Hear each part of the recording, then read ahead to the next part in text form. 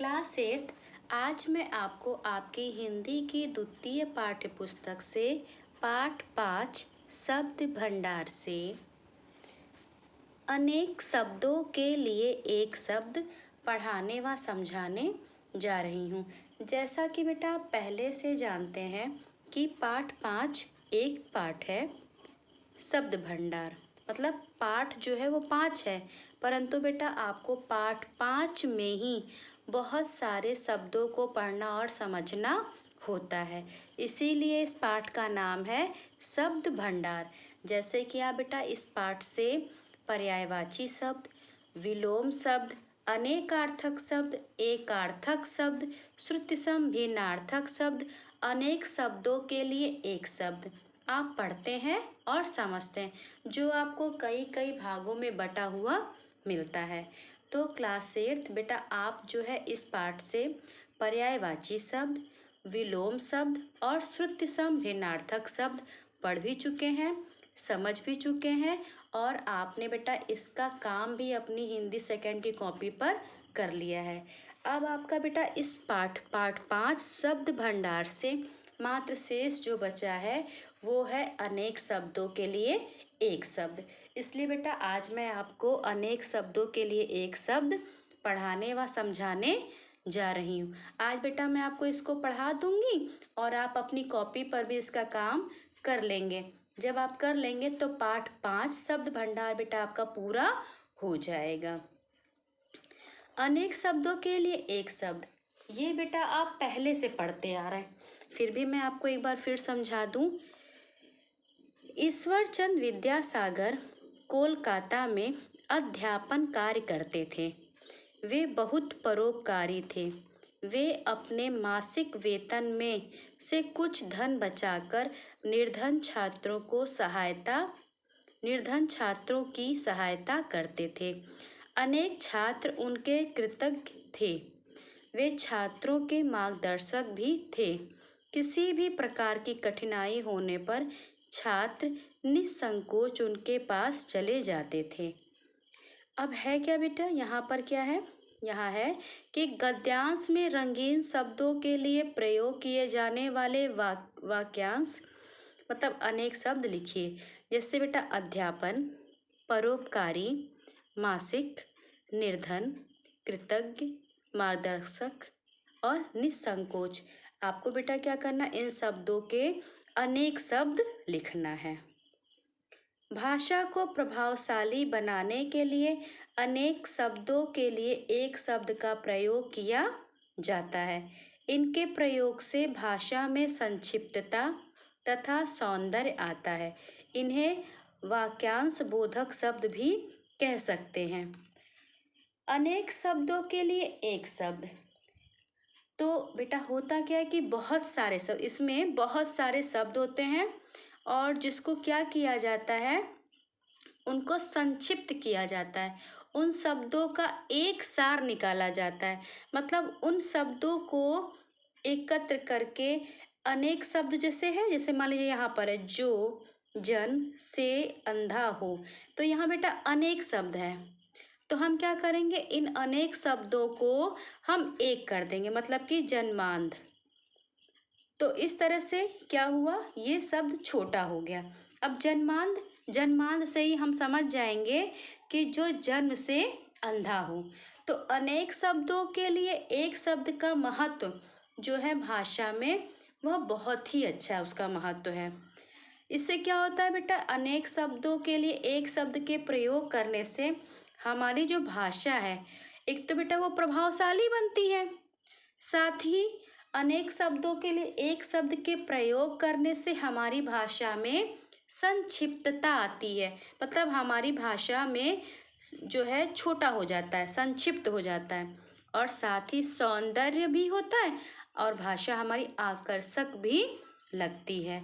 तो अनेक शब्दों के लिए एक शब्द प्रयोग करने से हमारी भाषा प्रभावशाली बनती है, हमारी भाषा में संक्षिप्तता आती है, हमारी भाषा में सौंदर्य और आकर्षक भी होता है।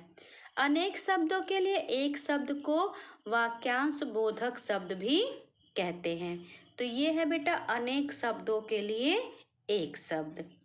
अब बेटा आपको क्या करना है, यहाँ पर आपके अनेक शब्द एक शब्द दिया है, मतलब अनेक शब्दों के लिए एक शब्द दिया है, जो आपकी पाठ्यपुस्तक में 66 है।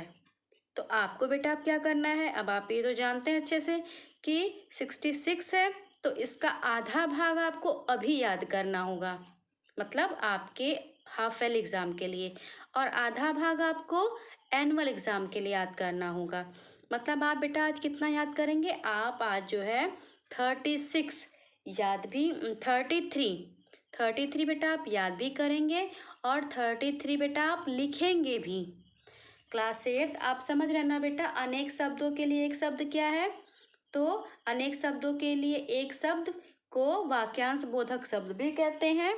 और साथ ही इसका प्रयोग करने से क्या होता है, इसका प्रयोग करने से हमारी भाषा प्रभावशाली भी होती है, भाषा में सौंदर्य और संक्षिप्तता भी आती है। इसके अतिरिक्त बेटा आप इतना समझ लिए। अब आपको क्या करना है, 1 से लेके 33 तक बेटा आपको समझना भी है और याद भी करना है। अब आइए बेटा अभ्यास कार्य पे। अभ्यास कार्य में बेटा इसमें प्रश्न एक ही दिया है, जैसे आप 2 टॉपिक करते हैं ना, जरा बताइए तो और जरा सोचिए तो जरा बताइए तो टॉपिक नहीं दिया है, हाँ जरा सोचिए तो इसमें बेटा आपका एक प्रश्न दिया है, और प्रश्न है पूर्वाहन तथा अपराहन शब्दों के लिए वाक्यांश सोचकर बताइए। पूर्वाहन बेटा होता है दोपहर के पहले का समय, पूर्वाहन दोपहर के पहले का समय, और अपराहन होता है दोपहर के बाद का समय। मतलब बेटा 12 बजे तक का जो समय होता है वो पूर्वाहन होता है, और जो शेष समय बचता है वो होता है अपराहन। तो आप ये समझ गए। अब आइए बेटा अभ्यास कार्य पे। अभ्यास कार्य में बेटा जो ये शब्द भंडार है, जैसे पर्यायवाची, विलोम शब्द, तो जब आप फर्स्ट टाइम करते हैं, मतलब जब आप अर्धवार्षिक परीक्षा में करते हैं, तो उसी समय बेटा आप अभ्यास कार्य पूरा करते हैं। और जो शेष बचता है, जैसे कि अब आपने, जैसे आपकी बुक में 66 दिया है अनेक शब्दों के लिए एक शब्द, तो आप 33 तक तो याद करेंगे, लेकिन अभ्यास कार्य भी आप पहले ही कर लेंगे। जब आप एनुअल में इसको करेंगे, जो शेष बचा रहेगा, जो शेष पर्यायवाची है या विलोम शब्द है या श्रुति सम भिन्नार्थक शब्द है, तो शेष भाग आप मात्र लिखेंगे और याद करेंगे। लेकिन जब आप प्रथम भाग में लिखते हैं, मतलब जब आप अर्धवार्षिक परीक्षा में इन शब्दों को पढ़ते हैं, उसी समय बेटा आप अभ्यास कार्य भी कर लेते हैं। इसलिए अनेक शब्दों के लिए एक शब्द का अभ्यास कार्य भी आपको करना है। क्लास 8 जिसके पास बेटा बुक है तो वो अपनी बुक पे करेगा, अगर बुक नहीं है तो वो कॉपी पर ही अभ्यास कार्य भी करेगा।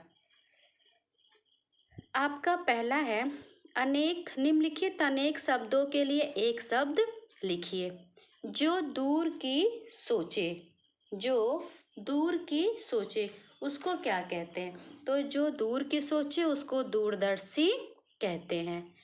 साथ चलने वाला सहचर, दूसरों से ईर्ष्या करने वाला ईर्ष्यालु, जिसकी आयु लंबी हो दीर्घायु, राजनीति से संबंधित राजनैतिक, जिसका वर्णन ना हो सके अवर्णनीय, जो 15 दिन में एक बार होता हो पाक्षिक।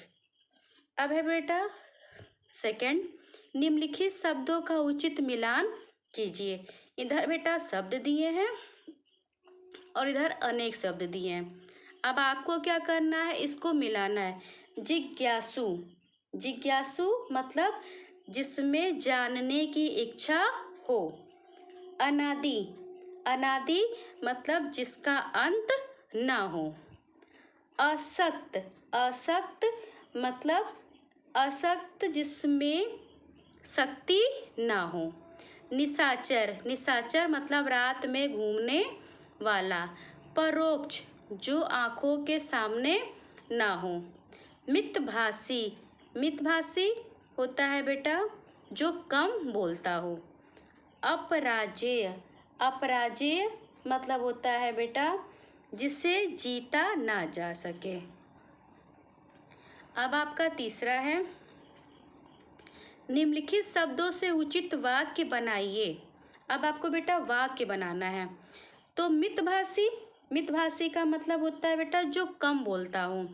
सर्वप्रिय, जो सबका प्रिय हो। दूरदर्शी, दूर की सोचने वाला। अद्वितीय, उसके जैसा कोई ना हो। हस्तलिखित, हाथ से लिखा। मंदबुद्धि, कम बुद्धि वाला। अविस्मरणीय, जो भुलाया ना जा सके। आगामी मतलब भविष्य में होने वाला। तो क्लास 8 बेटा मैंने इसका अर्थ बता दिया। अब वाक्य प्रयोग आप पर निर्भर करता है कि आप वाक्य प्रयोग कैसा बनाएंगे। और वाक्य प्रयोग बेटा जिसका भी वाक्य प्रयोग करना होता है, किसी भी शब्द का, जब तक आप उस शब्द का अर्थ पूरी तरह से नहीं समझेंगे आप उसका वाक्य प्रयोग नहीं कर पाएंगे। तो जो ये शब्द दिए हैं बेटा, इन शब्दों के जो अनेक शब्द यहाँ पर दिया है, आप पुनः एक बार इसको पढ़िएगा तो आप इन शब्दों के अर्थ या अनेक शब्द समझ जाएंगे। तो आपके लिए वाक्य प्रयोग करना आसान हो जाएगा। हालांकि मैं जैसा बताऊंगी आप तो वैसा करेंगे ही, लेकिन बेटा आपको ये समझना भी तो पड़ेगा कि जो ये शब्द दिया है मितभाषी, सर्वप्रिय, इसका अनेक शब्द क्या बनेगा या इसका अर्थ क्या होगा। तो क्लास 8 बेटा आप यहाँ से जब पढ़ेंगे तो आप इसको समझ जाएंगे।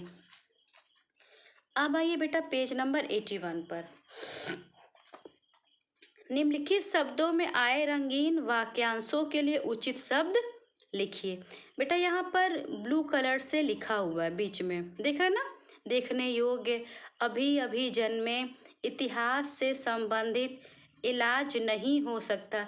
ये बेटा क्या है, ये अनेक शब्द हैं और आपको क्या करना है, वाक्य प्रयोग करना है। और वाक्य मतलब वाक्य प्रयोग नहीं, मतलब आपको वाक्य बनाना है। और वाक्य बनाने के बाद जो ये शब्द आए हैं देखने योग्य, आपको इसका जो है ये अनेक शब्द है, इसका एक शब्द मतलब वाक्यांश लिखना है। उचित शब्द यहाँ पर लिखना है।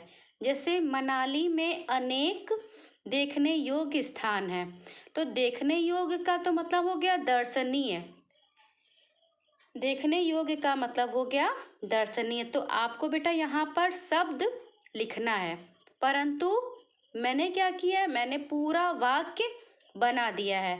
तो आप भी बेटा अपनी कॉपी पर वाक्य ही बनाएंगे। देखने योग्य मतलब दर्शनीय, अभी अभी जन्मे मतलब नवजात, इतिहास से संबंधित मतलब ऐतिहासिक, इलाज नहीं हो सकता मतलब असाध्य। लेकिन बेटा पूरा वाक्य आप यहाँ पर शब्द लिख सकते हैं, मतलब देखने योग्य, दर्शनीय, मतलब है क्या प्रश्न आपका, निम्नलिखित वाक्यों में आए रंगीन वाक्यांशों के लिए उचित शब्द लिखिए।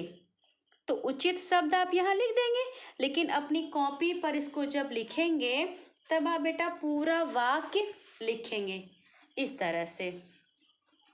मनाली में अनेक दर्शनीय स्थान है। समझ गया ना बेटा, आपको इस तरह से लिखना होगा। फिर है करके देखिए। करके देखिए बेटा, ये आपको स्वयं करना है।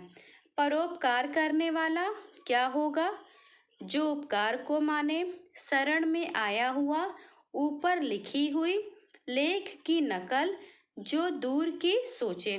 तो आप बेटा बुक में इसको स्वयं लिखेंगे। तो क्लास 8 ये है बेटा आपका जो है पार्ट 5 अनेक शब्दों के लिए एक शब्द, जो आपको आज समझना भी है, याद भी करना है और कॉपी में भी बेटा आपको इसे लिखना है। अनेक शब्दों के लिए एक शब्द बेटा आप 1 से लेके 33 तक फिर से पढ़ेंगे और समझेंगे। साथ ही आप इसका काम भी अपनी कॉपी पर करेंगे। एक बात बेटा मैं आपको बता दूं कि जो ये है 4 निम्नलिखित वाक्यों में आए रंगीन वाक्यांशों के लिए उचित शब्द लिखिए। जो बेटा ये रंगीन शब्द है इन्हीं का आपको एक वाक्यांश लिखना है, मतलब कि आपको एक शब्द लिखना है। ये अनेक शब्द है ना, आपको क्या करना है, एक शब्द लिखना है। परंतु अपनी कॉपी में क्या करेंगे, आप अपनी कॉपी में पूरा वाक्य लिखेंगे। पूरा वाक्य आप अपनी कॉपी में लिखेंगे, लेकिन चूंकि यहाँ पर जगह कम दी है तो जिनके पास भी बुक है वो बुक पर यहाँ पर एक शब्द लिखेंगे। जैसे दर्शनीय, अभी अभी जन्मे नवजात, इतिहास से संबंधित ऐतिहासिक, इलाज नहीं हो सकता, असाध्य। लेकिन जब कॉपी पे बेटा करेंगे आपको ये 4 वाला कॉपी पे भी करना है, और कॉपी पर करने के लिए आपको पूरा वाक्य लिखना है। बस देखने योग्य जो रंगीन शब्द है इसको आप बदल देंगे। जैसे लिखेंगे क्या, मनाली में अनेक दर्शनीय स्थान है। नवजात बच्चे की देखभाल उसकी माँ ही कर सकती है। इतिहास से संबंधित ऐतिहासिक इमारतों को देखने का किराया लगता है। आपने देर कर दी, अब इनके रोग का इलाज नहीं हो सकता है। आपने देर कर दी, अब इनका रोग असाध्य है। इस तरह से बेटा आपको अपनी कॉपी में लिखना है। आप पूरा वाक्य लिखेंगे तो आपको समझ में अच्छे से आएगा।